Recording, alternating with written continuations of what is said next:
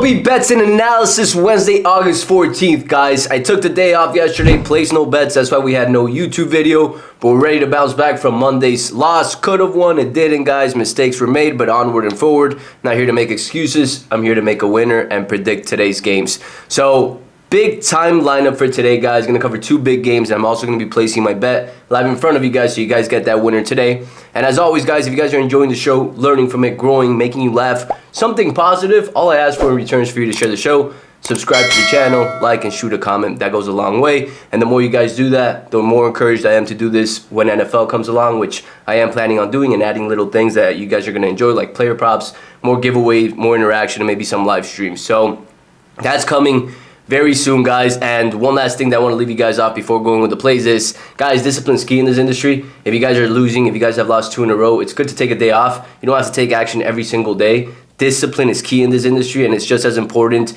to win as to know when to stay away and take a step back and recalibrate like I did yesterday, right?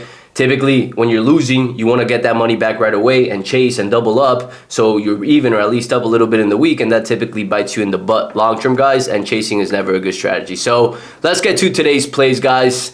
First and foremost, as always, showing you guys my Hard Rock account. As I mentioned, I didn't take any action yesterday, so the account's sitting at 16,000. I started it Monday at 19,000, and we lost with the Rangers. So here we are. We'll come back to this page a little bit later once we place the bet. Now, before I start with the OBP and OPS, something you guys got to start looking into and factoring in is motivation, guys. A lot of these teams are playing each other that are fighting for a wild card spot. Atlanta Braves versus the Giants is one of them. Cardinals versus Reds. The Reds have closed the gap significantly versus the Cardinals. The Cardinals were 1.5 games behind the wild card spot 2 days ago. Now they're 3.5, and Cincinnati's closing that gap. So factor this in, guys. Don't take teams that are pretty much out of the picture. They're not motivated to play, and there's a lot of variables that come into play when you're taking a team that's not motivated, right? They don't really care about the season. So OBP, Houston Nationals, Diamondbacks, Yankees, Cubs, Oakland Athletics. At the bottom, you got Tampa Bay Rays, Guardians, Giants, Phillies, and the Reds, guys. And the Reds, yes, they're in the bottom, but they have been winning the last 2 games.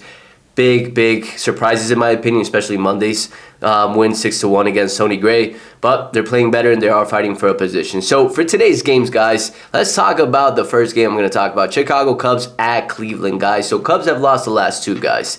Have lost the last 2. We have this pulled up. First thing I'm going to factor in and tell you guys is look at the series records for these teams, right? So after a loss, Game 3, the Cubs are 12-6. After a win, Cleveland is 12-10. Is that a make it or break to make the play? No, not at all. We're going to dive a little bit deeper. James Talion, guys. He got popped last time out against Chicago White Sox, and he's been a little bit back and forth over his last 5 games. Some blow-up games, some good games, but there's no consistency behind it as of yet. Gave up 3 against St. Louis, 1 against Milwaukee, which is impressive. Then he goes out and gives out 6 to Cincinnati Reds. Then 1 against Chicago Cubs, against St. Louis Cardinals, and then 5 against Chicago White Sox, which to me is not impressive. He has not faced the Guardians this season, so that's a pro. But on the flip side, we got Alex Cobb, a guy that just got picked up from the waivers from the Giants. He's pitched 1 game so far this season for the Cleveland Guardians, and he gave up 4 earned runs, against Minnesota. So this guy's shaky, guys. He just came back from an injury, essentially. He has not played all season. He just got traded from the Giants, and we don't know much about him. Now, obviously, first thing we're going to look at when we don't know much about a player is see matchups, right? Let's see how these two teams have done against each other and how the batters have done. So Cleveland have seen Talion a little bit, especially Jimenez and Lane Thomas. On the flip side, Chicago has seen Cobb just a little bit, just wisdom. The edge goes a little bit more to Cleveland. But remember, guys, last time Cobb pitched against these players were last year or 2 years ago. So this guy was healthy. He was in his prime. Now he's coming back from an injury, a little shakier and not the same pitcher, at least not right now. So I would give the batting matchups rather even. Both have seen each other a little bit, but nothing too significant, right? Now, one thing that I like to do is to see how Vegas has to earn runs for the pitchers for that game. What's the prop for that? That gives me a good idea of who they expect to give up more runs, and it factors into my pick, right? So typically, you can go to any book and look at the props, or just go to score and odds, look at the earned runs, and see exactly who they have predicted to give up more runs. So we see it right here, plain and simple. They have James Talion is favorites to give up more runs than Alex Cobb, which is a big sign, guys. I expected Alex Cobb to be more favored to give over 2.5 runs, not James Talion. But all around, Personally, I still like the value in taking the Cubs team where they've lost the last two. There's motivation. They know they need to win this game. They're getting further and further from the wild card spot. And they came into this game batting pretty well, guys. They've lost the last two by 1 run, but altogether they're 6-4. And prior to that, they were doing pretty well. They had won their last 4 out of 5 before coming into this series. And OBP and OPS wise, they're still ahead of Cleveland Guardians. So Cleveland Guardians, one big factor too you guys got to consider is who they've been batting well against. They're in the bottom of OBP for a reason, and that's because they've been struggling against righties. They've been crushing lefties. That's why they beat Imanaga on Monday pretty well. They're crushing lefties, but right now they are struggling against righties. James, I mean, a pitcher that altogether he's been a little inconsistent, but we don't know much about Alex Cobb just yet, guys. So my pick for this game would be Cubbies money line.